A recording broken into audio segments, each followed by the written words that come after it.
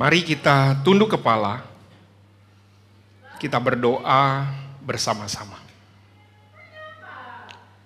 Segala puji, hormat, dan syukur kami naikkan kepadamu Tuhan, untuk setiap kasih anugerah yang Tuhan berikan.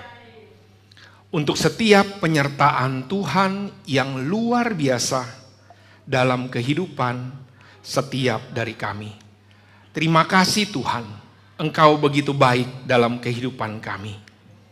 Terima kasih Tuhan, tak putus-putusnya kami bersyukur untuk setiap kebaikan yang boleh kami terima. Saat ini kami mau mendengarkan kebenaran firman Tuhan. Lembutkan hati kami Tuhan, dan biarlah kebenaran firman Tuhan saja yang mengubahkan hati dan pikiran kami. Demi nama Bapa, Putra, dan Roh Kudus kami berdoa. Amin. Selamat pagi saudara dan saudari sekalian. Terpuji nama Tuhan kalau hari ini kita semua boleh berkumpul bersama-sama. Kita semua boleh bernyanyi, memuji Tuhan. Kalau hari ini kita boleh berkumpul di bulan ini, di bulan Oktober ini, temanya adalah Mature in Christ. Terambil dari buku Efesus. Jadi kita lihat sekarang buku Efesus. Ya, kita akan belajar dari buku Efesus. Kalau kemarin Kisah Para Rasul, sekarang ini adalah buku Efesus. Efesus itu juga salah satu kelanjutannya. Mengapa? Karena ketika Paulus memulai misinya, ada saat di mana dia memulai, kemudian datang, kemudian ada di kota Efesus. Itulah kenapa kemudian Efesus bertumbuh, gerejanya bertumbuh, dan surat Efesus ini ditulis Paulus lagi dia di penjara. Jadi kalau di Efesus ini kurang lebih di Kisah Rasul 18 sampai 20. Namun kemudian ketika dia di penjara di Kisah Rasul 28, dia punya waktu 2 tahun, dia menulis.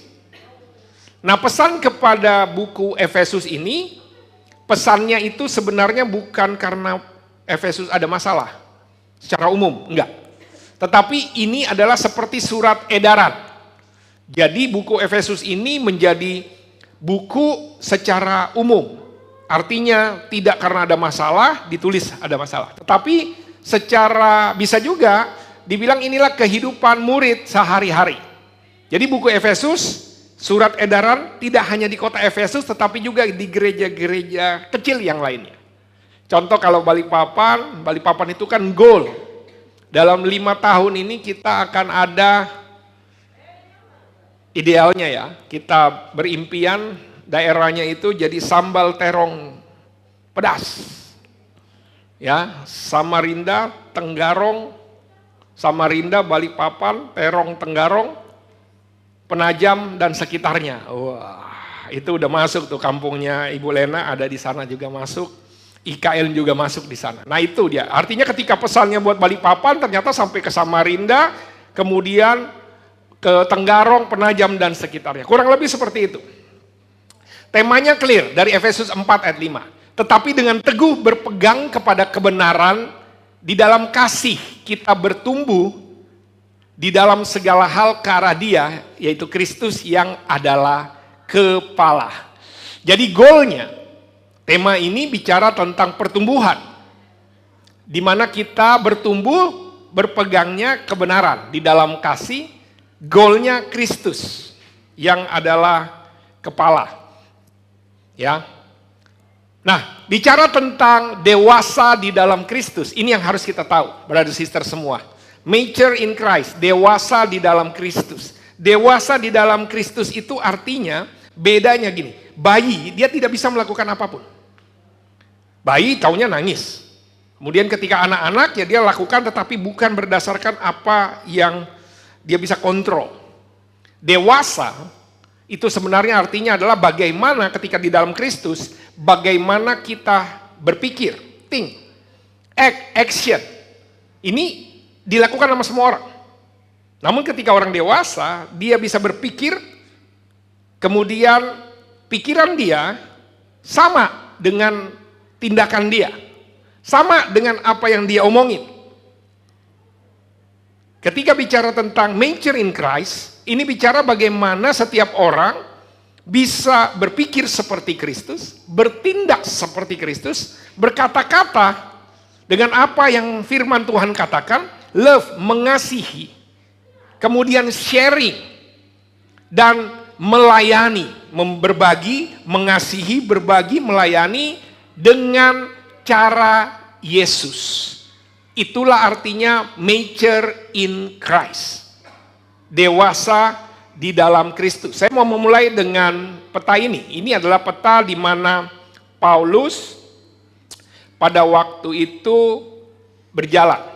Jadi dia dari Athena, kemudian ke Korintus, kemudian dia ke Efesus. Itu adalah petanya. Jadi kalau ngeliatin dia peta muter-muter ini, itu kurang lebih 20.000 kilometer perjalanan Paulus dia. Waktu dia sampai ke ujung bumi, dia pergi itu kurang lebih 20.000 kilometer. Artinya, kalau saya lihat ada Pak Rikson di Sabang, Aceh, Sabang sampai Merauke itu kurang lebih 5.000. Jadi 4 kali bolak-balik ya, 1, 2, 3, 4. 4 kali bolak-balik tuh. Inilah yang ada. Nah, Efesus itu adalah salah satu kota besar di dalam kerajaan Romawi pada waktu itu. Dia dari selain Yerusalem ada kota Efesus, kemudian ada kota Alexandria, kemudian ada kota Konstantinopel. Ini adalah kota-kota besar pada waktu itu.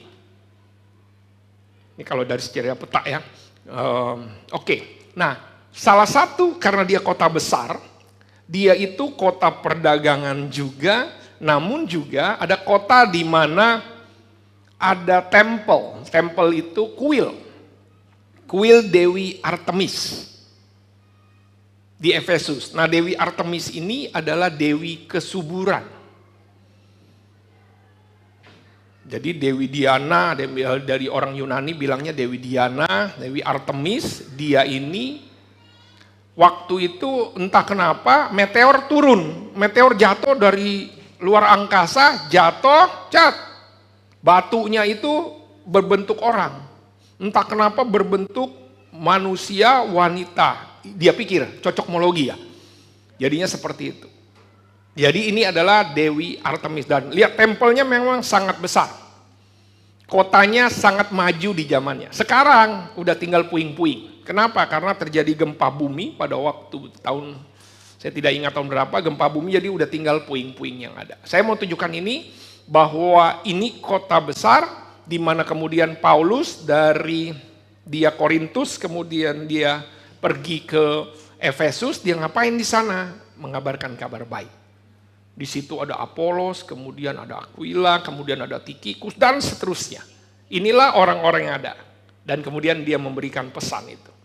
Saya mau mulai dari Efesus 1. Dari Paulus, Rasul Kristus Yesus, oleh kehendak Allah. Ini waktu kata Paulus, Rasul Kristus Yesus, dia dengan semangat dan sadar penuh. Ya, dia katakan saya ini Rasul Kristus Yesus. Ada kata kuncinya Kristus Yesus, yang karena oleh kehendak Allah. Jadi dia tahu, dia ada, dia menuliskan segala sesuatunya bukan karena kehendaknya sendiri, tapi karena Kristus. Kepada orang-orang kudus di Efesus, orang-orang percaya, dan sekali lagi kata kuncinya Kristus Yesus. Kenapa? Karena orang-orang yang percaya pada waktu itu backgroundnya, kalau dia non-Yahudi, backgroundnya itu sulit. Backgroundnya adalah pemujaan berhala. Dan mereka jadi punya dewanya masing-masing, dan mereka punya caranya untuk berdoa dan seterusnya.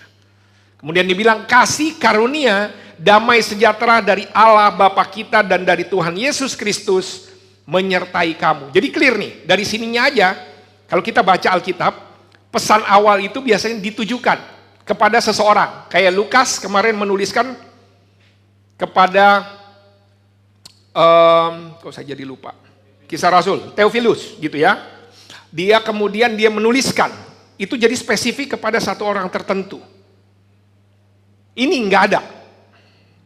Kemudian terpujilah Allah ya dalam Bapa Tuhan kita Yesus Kristus yang dalam Kristus telah mengaruniakan kepada kita. Ini dia, segala berkat rohani di dalam sorga. Sebab di dalam Dia Allah telah memilih kita sebelum dunia dijadikan, supaya kita kudus dan tak bercacat di hadapannya.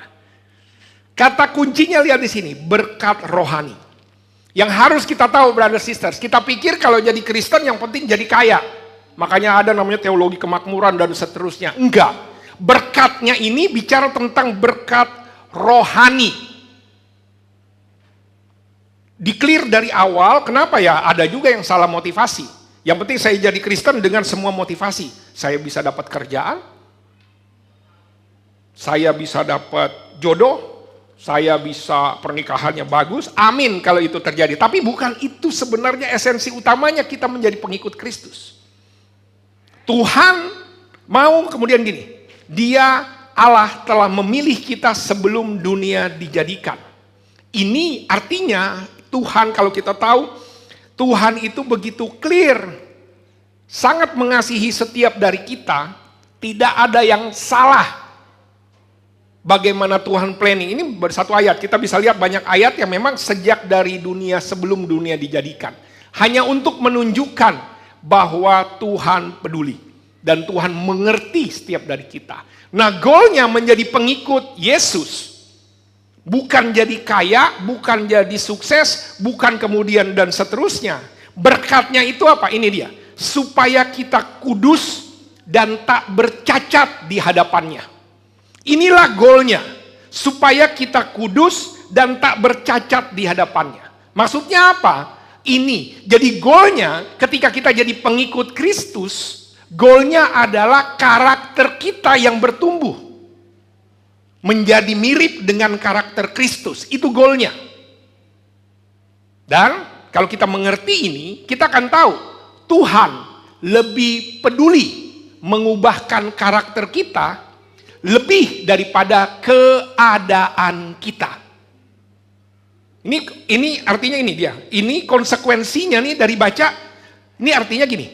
Tuhan sekali lagi lebih peduli mengubahkan karakter kita lebih daripada keadaan kita.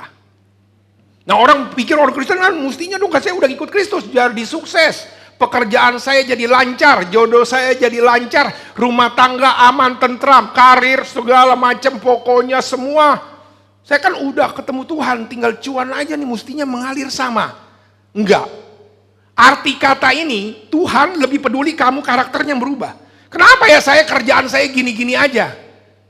Enggak berubah-berubah, karena mungkin memang Tuhan mau ubahkan karakter kamu. Yang apa? Gampang bersungut-sungut, gampang menyerah, pelin-pelan kiri, pelin-pelan kanan, dan seterusnya. Lebih daripada Tuhan kasih pekerjaan yang bagus sama kamu, Tuhan kasih keadaannya, kok saya naik pangkat, bukan itu. Karena kalau itu kemudian dibalik, kamu naik pangkat, gaji kamu lebih ini jadi sombong. Mending ditahan.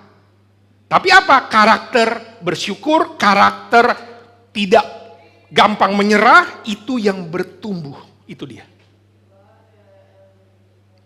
Ini maksudnya. Dalam kasih, Ia telah menentukan kita, sekali lagi diulang, dari semula oleh Yesus Kristus untuk menjadi anak-anaknya. Nah, diingetin sekali lagi. Dari semula ditentukan menjadi anaknya. Menjadi anaknya ini artinya diadopsi. Bahasa diadopsi kalau bagi orang Romawi itu artinya dalam. Orang yang diadopsi dalam kebudayaan rohani Romawi pada waktu itu, orang yang diadopsi itu haknya sama. Sekali lagi, haknya sama. Jadi dia bisa menerima warisan yang sama dengan orang yang anak kandung. Misalnya anak kandung kemudian mengadopsi budak. Kalau orang Yahudi ada beda-bedanya tuh. Tapi ketika dalam kebudayaan rohani, waktu dibilang kebudayaan Romawi, waktu dibilang begini, banyak raja-raja Romawi, para pemimpin-pemimpin Romawi pada waktu itu budak. Diadopsi, diterima dengan hak yang full sama. Dan ini artinya kita, ketika kita menjadi pengikut Kristus, menjadi anaknya, nggak ada tuh namanya anak tiri. Anak kemarin sore, nggak ada. Semua sama. Kemudian, baru dibilang dia kan menentukan menjadi anaknya. Goalnya cacat dan tak kudus ya. Kados itu artinya dipisahkan, kemudian dia bertumbuh dan tak bercacat. Nah, ayat 15 sesuai tema kita. Ngapain kemudian? Berpegang kepada kebenaran di dalam kasih, kita bertumbuh di dalam segala hal ke arah Dia, Kristus yang adalah kepala. Jadi diingetin dari awal. Nah, struktur Efesus itu 1-3 itu bicara tentang Yesus. Dasarnya. 4-6, saya nggak ada waktu yang di sini, tetapi struktur 4-6 sikap kita ketika kita menerima keselamatan dari Tuhan. Minggu depan saya akan jelasin tentang hal itu. Namun hari ini saya mau bicara tentang bagaimana kita nih mature in Christ, berarti kita bertumbuh. Ketika kita bertumbuh, goalnya ini, kudus dan tak bercacat.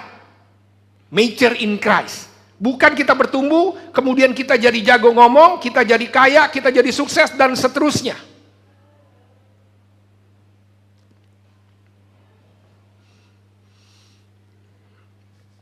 Baru kemudian di ayat yang 11, ini supaya kita tahu konteksnya. Gimana kemudian dia menumbuh? Dia kasih jemaat. Di dalam jemaat ada orang-orang yang membantu. Dalam konteks ini ada rasul-rasul, nabi-nabi, pemberita Injil, gembala, pengajar. Untuk apa mereka semua? Itu dalam satu jemaat. Tuhan kasih kita untuk kita bertumbuh, ada jemaat. Buku Efesus juga bicara tentang gereja, tubuh Kristus. Ini konteksnya supaya kita tahu di ayat 15. Tuhan memberikan tubuh Kristus, yaitu jemaat, yaitu siapa? Orang-orang di sekitar kita.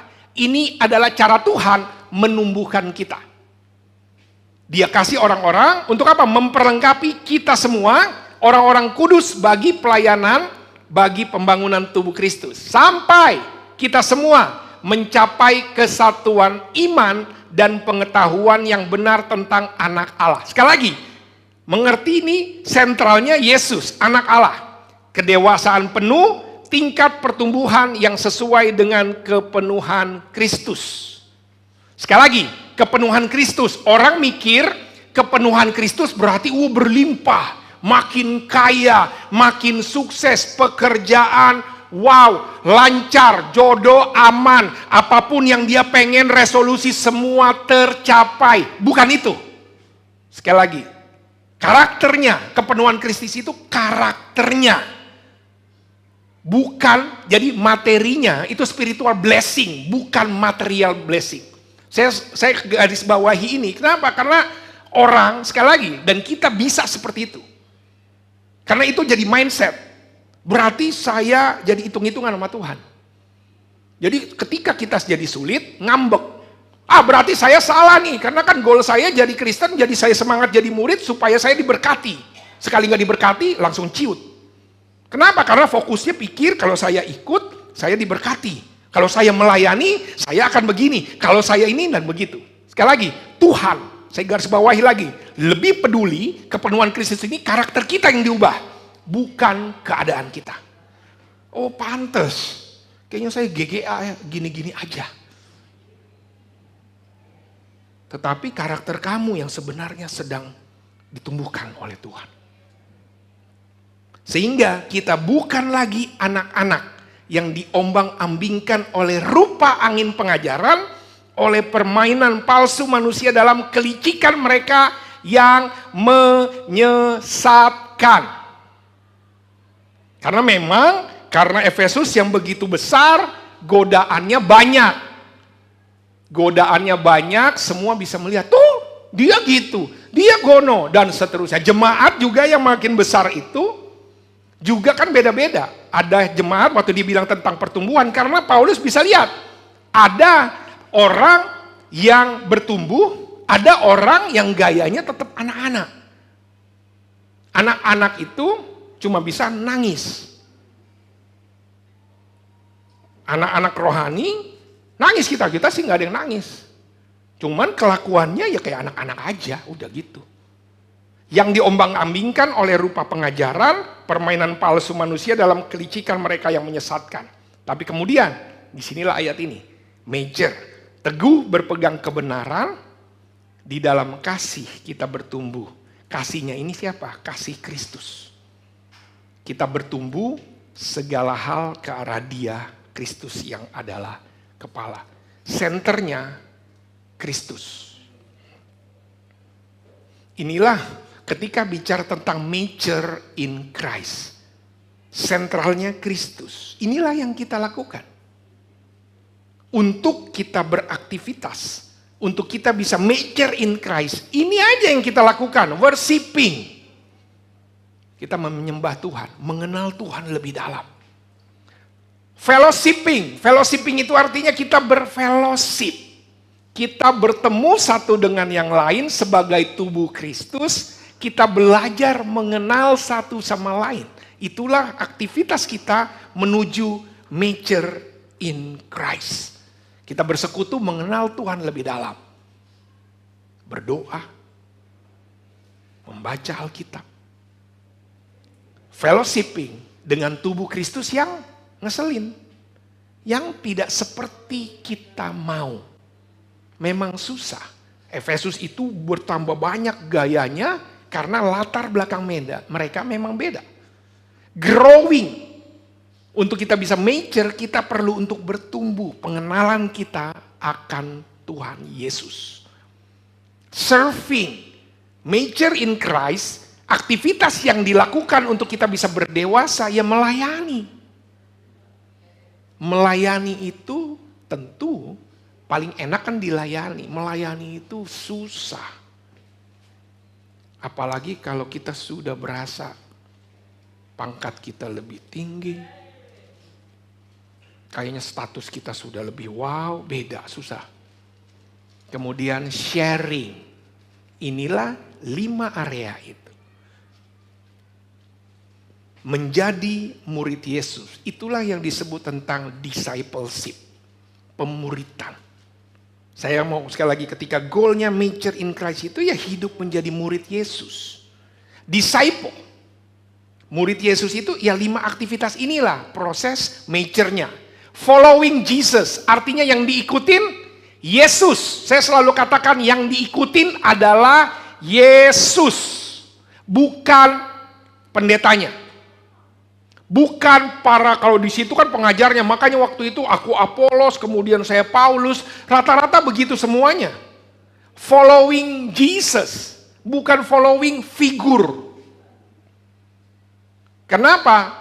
Karena kalau cuma figur bahaya. Kamu akan gampang kecewa, kamu akan favoritism. Dan guncang. Kenapa? Karena pondasinya bukan Yesus. Kemudian, is being changed by Jesus. Saya selalu bilang, murid Yesus itu diubahkannya oleh Yesus. Bukan oleh keadaan. Saya mau berubah deh, saya mau bertobat kalau udah dapat kerja.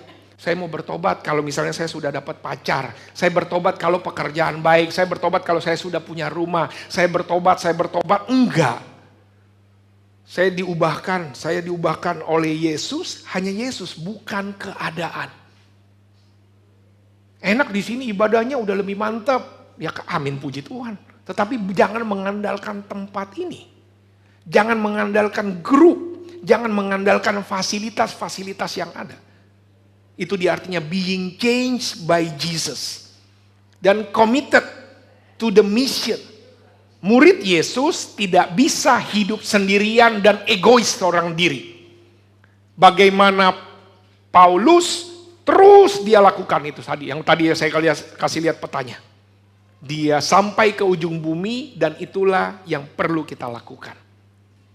Nah, ketika bicara hari ini, ya, saya mau bicara tentang ini. Judul khotbah saya, menjadi dewasa. Baru judul, iya. Karena saya lebih mau ngerti kita dewasanya. Menjadi dewasa, bukan tua. Dalam Kristus. Dia sebelahnya, kau tua kayaknya bukan dewasa, baru tua aja. Saya udah lebih lama jadi murid. Kau dulu masih belum ngapa-apa, masih pakai popok, aku udah. Saya lebih senior. Bukan. Dewasa, bukan tua. Di dalam Kristus. Nah, hari ini saya bicara 3 hal. Cara Tuhan mendewasakan kita. Karena kita mau lihat sentralnya Kristus. 3G. 3G. 3 hal yang mendewasakan kita. Belajar dari Yesus. Kita tahu. Kalau Roma 8 ayat 28 bilang. Allah turut bekerja dalam segala sesuatu. Mendatangkan kebaikan. Bagi mereka yang mengasihi dia. Lihat ya. Bahwa segala sesuatu bisa terjadi dan semua proses itu akan bisa mendewasakan kita. Tapi sekali lagi, goalnya dewasanya di dalam Kristus, bukan dewasa suka-suka. Allah bekerja mendatangkan kebaikan bagi mereka yang mengasihi Dia. Artinya di sini, ketika bicara cara Tuhan mendewasakan kita, yang harus kita tahu, brother sister semua, bahwa menjadi tua itu pasti. Menjadi dewasa adalah pilihan. Bilang sebelahnya, kamu mau tua atau menjadi dewasa? Tergantung apa? Tergantung respon kita. Sekali lagi, tua, ya udah kamu aja gini jadi murid udah setahun, 2 tahun, 5 tahun, 10 tahun, 20 tahun dan seterusnya. Itu sih udah ada sesuai umur, sesuai waktu aja. Senioritas Pak, saya lebih dulu gitu. Kau tahu apa gitu. Tapi dewasa adalah pilihan. Sehingga banyak orang menolak tua kan. Sindrom Peter Pan, kalau ada Peter Pan. Lagu dong, penyanyi, wah kurang piknik. Peter Pan aslinya itu adalah orang yang gak tua-tua dia, gitu. Cerita itu cerita, jangan taunya Peter Pan Ariel ya Ariel, bukan Peter Pan itu.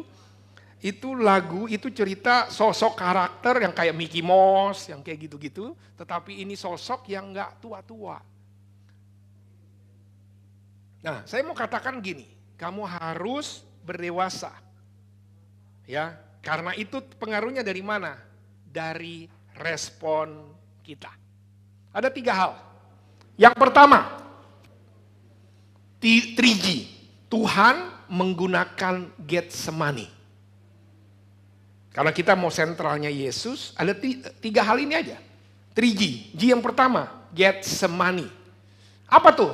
Tuhan gunakan masalah, penderitaan, mengajarkan saya untuk percaya Tuhan. Markus 14, lalu sampailah Yesus dan murid-muridnya di suatu tempat bernama Getsemani. Duduk di sini sementara aku berdoa, ia membawa Petrus, Yakobus, Yohanes sertanya, ia sangat takut dan gentar, lalu kata mereka sangat sedih seperti mau mati rasanya. Tinggallah di sini dan berjaga-jagalah. Kita tahu. Ya, ini bicara tentang apa? Ini bicara tentang setiap dari kita pasti ada masalah. Masalah apa? Mau apapun masalahnya. Yang single masalahnya udah pasti 1 pacar, 2 kos-kosan, 3 pekerjaan misalnya. Kalau menikah ya udah tambah lagi tuh. Masalahnya bisa pasangan, masalahnya bisa mertua, masalahnya bisa tetangga, masalahnya bisa cicilan. Cicilan sih semuanya gitu ya. Masalahnya juga bisa kesehatan, semua ada. Tetapi yang saya mau katakan ini, bagaimana responnya Yesus? Dan clear sekali responnya Yesus. Ya Abah, tidak ada yang mustahil bagimu, ambil cawan ini daripadaku, janganlah apa yang ku kehendaki, melainkan apa yang engkau kehendaki. Please take this cup.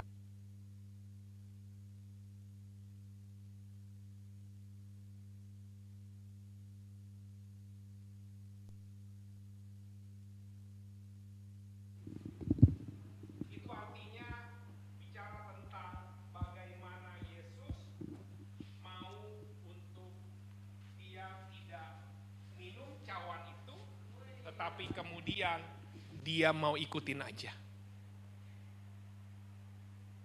Saya nggak tahu setiap masalah kita hari ini, apakah itu bisa membuat kita kendor atau kamu mau percaya Tuhan? Sekali lagi, Tuhan selalu mau kita diubahkan karakter kita. Ya, karakter kita yang diubahkan, bukan keadaannya. Jadi kalau responnya tinggal mau percaya, trust, atau kemudian kamu menjadi terrible. Terrible itu langsung jadi bermasalah, langsung jadi guncang. Ada banyak masalah sekarang membuat orang guncang. Guncang terhadap sekeliling, menyalahkan sekeliling, sampai kemudian menyalahkan orang, tetangga, semua disalah-salahkan. Habis semua udah disalah-salahkan, gereja pun disalahkan. Brother, sister kagak salah apa-apaan, disalahkan. Mau ketemu menjadi susah, seterusnya dan seterusnya. Itulah yang terjadi, brother, sister semuanya. Saya nggak mau lagi lah udah ke gereja, saya udah nggak mau lagi baca Alkitab, saya sudah nggak mau lagi. Ini hanya perlu kamu percaya bahwa Tuhan ada. Karena mungkin keadaan yang terjadi hanya untuk mengubahkan karakter kamu biar lebih bertumbuh. Biar menjadi pribadi yang kuat. Biar menjadi pribadi yang strong.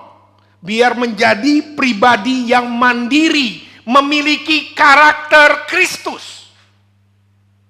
Berapa banyak kita ketika keadaan menjadi turun, yang ada kita kemudian melepas rasa percaya sama Tuhan dan saya melakukan pakai cara saya. Alkitab katakan, bukan saya maunya gitu. Yesus bilang, saya sih maunya nggak mau minum, tapi udah deh saya minum. Ingat brother sisters, kedewasaan. Bukan hanya itu saja, kita malah bermegah dalam kesengsaraan kita karena kita tahu. Lihat ya, kesengsaraan menimbulkan ketekunan. Susah itu kalau kamu terusin, terus kemudian kamu terus percaya, dia akan ada ketekunan yang ada di sana. Dari ketekunan naik levelnya di tahan uji. Tahan uji menimbulkan pengharapan dan pengharapan tidak mengecewakan. Keadaan berarti apa? Berubah nggak? Nggak berubah. So, hari ini cara Tuhan mendewasakan lewat masalah. Jadi cintailah masalah. Bilang sebelahnya, jadi bukan istri saya yang saya cintai, suami enggak, masalah. Benar Pak, memang pasangan saya masalah saya. Amin berarti. Tetapi harus kamu tahu, semua di Alkitab, semua mukjizat berawal dari masalah.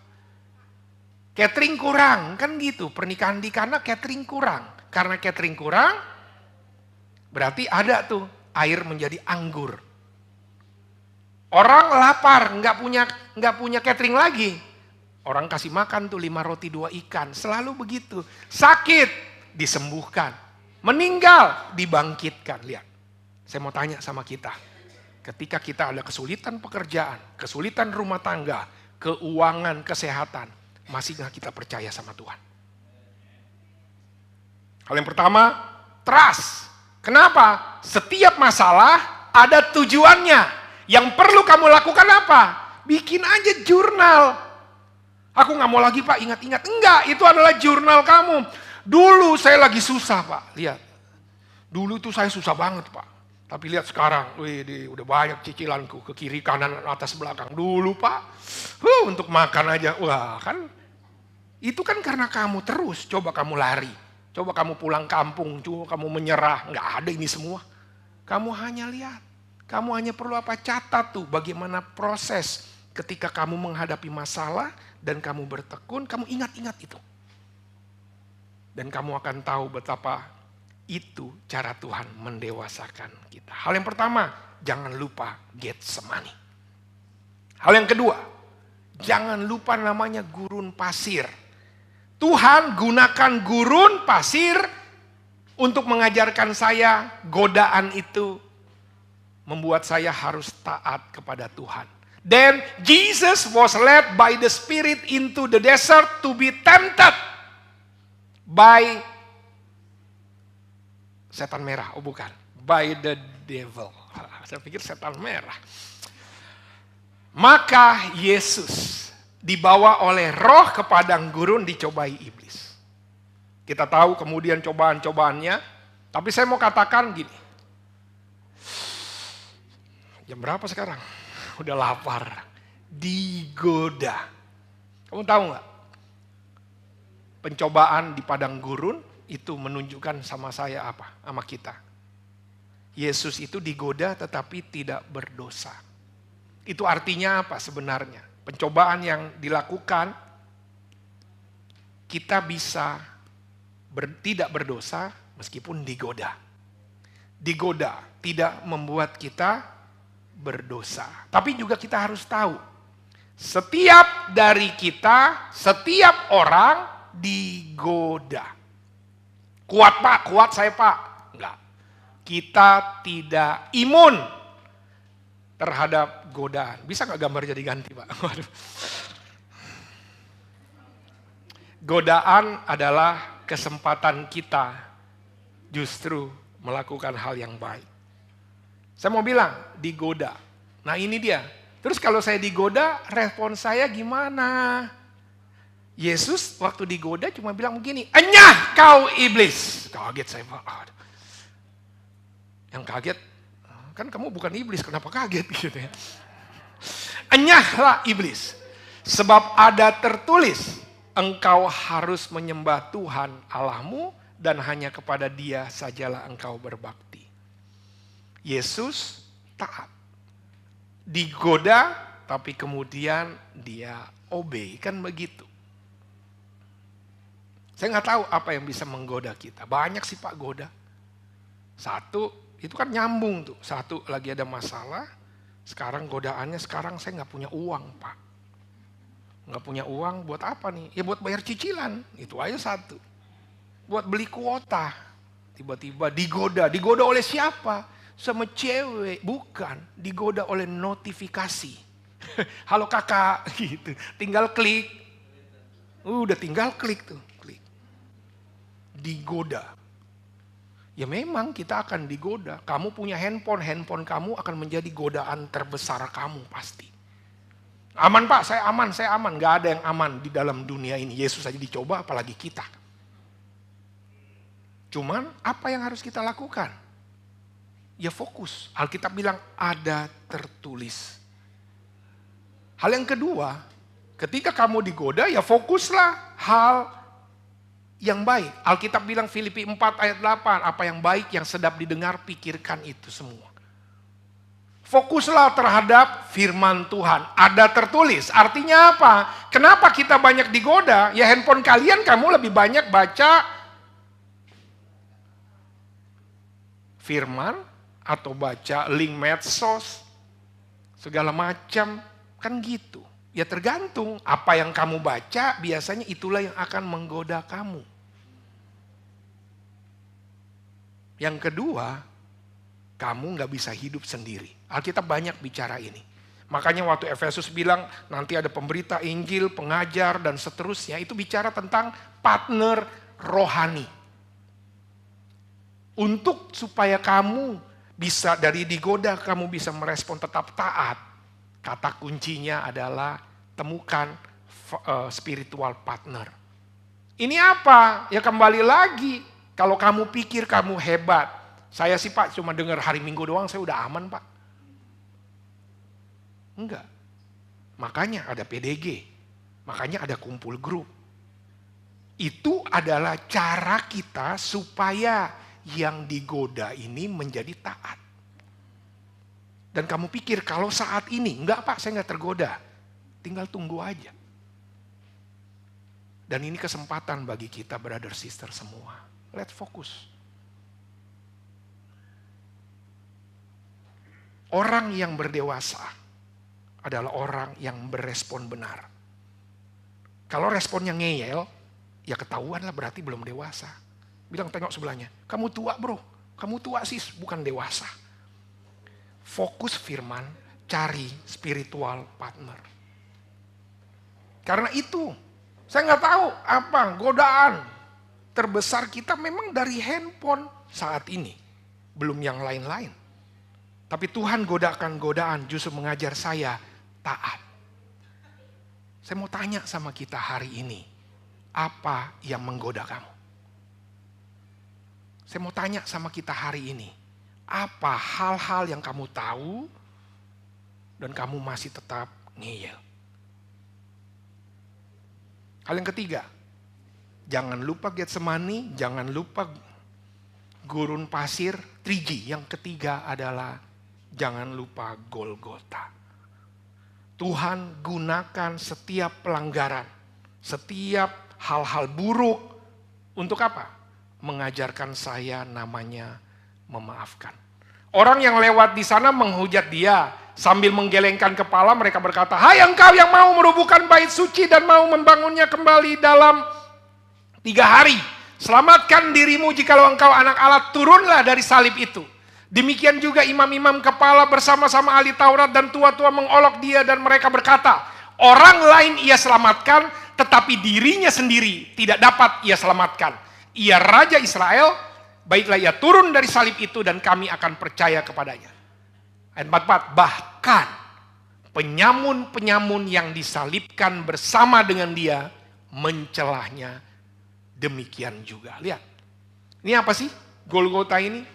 Ini bicara tentang cara Tuhan untuk mendewasakan kita adalah melalui orang-orang yang bertindak tidak adil kepada kita. Mungkin teman kerjamu, mungkin tetanggamu, mungkin kakak beradik, bahkan pasangan kamu. Mungkin brother sisters yang duduk di depan kamu. Karena duduk di samping saya sih udah gak mungkin Pak, gak maulah saya duduk gitu kan. Mungkin pendeta kamu. Waduh. Jadi gak berani saya khotbah. Tapi saya mau bilang gini, kita punya orang. Kita hidup di dunia yang penuh dengan dosa. Gak salah pun tiba-tiba kena ditipu lah, apapun itu. Terus, saya sih gak ada masalah sekarang APK. Nggak punya isinya soalnya kan gitu. Yes, saya mau katakan gini. Ini responnya Tuhan. Dari pelanggaran to forgive. Yesus berkata, ya Bapa, ampuni mereka. Sebab mereka tidak tahu apa yang mereka perbuat. Kamu tahu nggak? Cara Tuhan mendewasakan kita semakin mirip sama Tuhan. Karakter Kristus ya. Dengan mengirimkan orang-orang sulit. Siapa tuh orang-orang sulit? Ya tinggal, saya baru ngomong orang sulit aja udah di kepalamu sudah ada.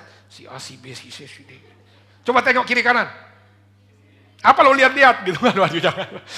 Semua orang sulit terus gimana? Ya sudah. Nggak berani lihat gitu. Lihat aja. Lihat ke depan.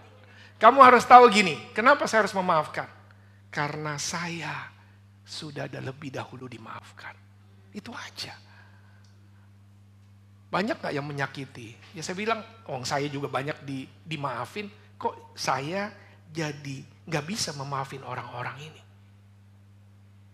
Saya suka bilang, setiap orang, istri saya aja, pulang dari Bali semangat. Pulang dari Bali terkapar. Kalau udah terkapar gitu, senggol bacok. Sayang, apa sih? Pokoknya saya tinggal ngikut, salah dikit salah, ini salah, mau ngomong salah, apapun pokoknya salah aja. Sabar, kan gitu.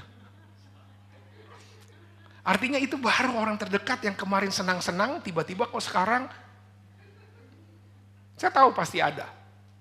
Tapi siapapun dia, apapun intensinya, kalau kemudian dia menyakiti kita, apapun intensinya gitu, dia mungkin tidak berminat, dia tidak niat untuk menyakiti kamu, tersakiti.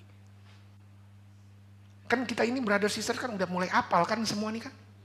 Udah kelihatan, yang ini sih Pak, jangan diajak, bikin ribut waduh. Aduh, ya nggak bisa. Itu saudara-saudarimu, itu grupmu, grup PDG-mu. Terus kamu hanya perlu memaafkan.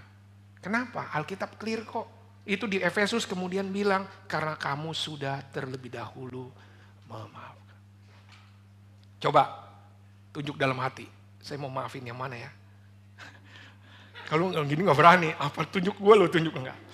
Yang kedua, saya mau bilang gini. God is in control. Apa artinya? Nanti dia gitu Pak, nanti dia gitu. Tuhan yang kontrol. Brother, sister. Kamu mau kontrol suamimu?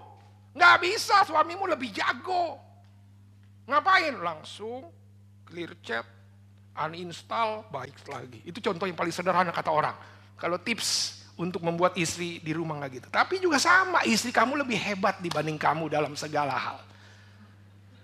Artinya mau apa juga nggak bisa. God is, kita pengen jadi hakimnya terhadap pasangan kita. Kita pengen jadi hakim kepada seluruh dunia ini. Si brother itu Pak kurang jahat apa dia Pak.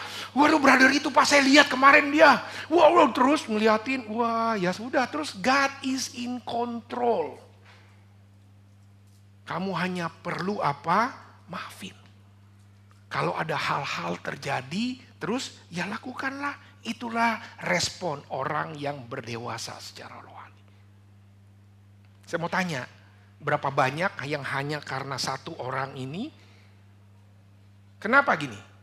Kau marah kamu, itu hanya membuat kamu pahit di dalam hati kamu sendiri. Bukan orang lain. Dianya ketawa-tawa. Kamunya tiap kali dengar ketawanya. Kan kasihan kamu yang kena stroke. Saya mau bilang sama kita hari ini, kamu hanya perlu memaafkan, bukan menghakimi. Kenapa? Karena God is in control. Tuhan tahu kok kalau dia bandel. Tuhan tahu ada waktunya dia untuk disalibkan. Jangan kamu yang menyalibkan. Hari ini berada sister semua, 3 hal ini aja yang saya mau bilang. Sebagai pembuka, minggu depan saya akan bahas lebih dalam Efesus. Tapi hari ini fokusnya adalah kita menjadi dewasa. Tapi memang kadang-kadang namanya juga obrolan dewasa. Beberapa mungkin ketika ngomongin obrolan dewasa, saya belum dewasa Pak. Nggak enak dengarnya, ya maklum obrolan dewasa. Tapi pilihlah menjadi dewasa, bukan menjadi tua. Ingat 3G, meskipun handphone kita masih 2G, handphone kita sudah 4G Pak. Handphone sudah smart, kitanya yang belum smart gitu ya. Ingatlah, Getsemani. Ingatlah gurun pasir dan ingatlah Golgota. Tuhan kasih kamu Getsemani, ada banyak masalah. Hanya untuk mengajarkan kamu apa? Percayalah kepada Tuhan. Bahwa keadaannya mungkin sulit, tetapi apapun itu Tuhan yang kasih. Waktu ada godaan, respon Yesus taat. Biarlah kita menjadi orang yang taat. Dewasa rohani, dia mau taat. Dewasa rohani, dia mau percaya kepada Tuhan. Dan yang ketiga, dewasa rohani artinya kamu punya hati yang mau memaafkan. Memaafkan ini tidak hanya orang lain loh. Memaafkan diri kamu sendiri. Saya kayaknya gagal. Saya kayaknya produk gagal. Memang. Tetapi stop menyakiti diri sendiri. Karena di dalam Kristus ada pengharapan. Selamat menjadi dewasa dan bukan menjadi tua. Mari kita berdoa. Terima kasih Tuhan, hari ini kami semua belajar tentang menjadi dewasa secara Kristus, di dalam Kristus. Dari buku Efesus kami tahu ada orang-orang yang memberi kami pengajaran untuk kami boleh sentralnya kepenuhannya Kristus. Berarti segala respon kami, cara berpikir kami, tindakan kami, kata-kata kami, kasih kami seperti Kristus. Biarlah setiap dari kami boleh menjadi dewasa di dalam Kristus. Biarlah kami ingat setiap ada Getsemani, setiap ada masalah, kami mau percaya bahwa Tuhan yang akan terus menjaga kami. Setiap ada godaan, kami ingat gurun pasir itu. Dan kami tahu Tuhan, ada orang-orang yang menyakiti kami. Kami hanya perlu untuk memaafkan. Terima kasih Tuhan, kami mau ingat apa respon Yesus ketika menghadapi setiap keadaan. Karena itulah membuat kami boleh bertumbuh semakin dewasa di dalam Kristus. Terima kasih Tuhan Yesus, di dalam nama anak-Mu kami berdoa. Amin.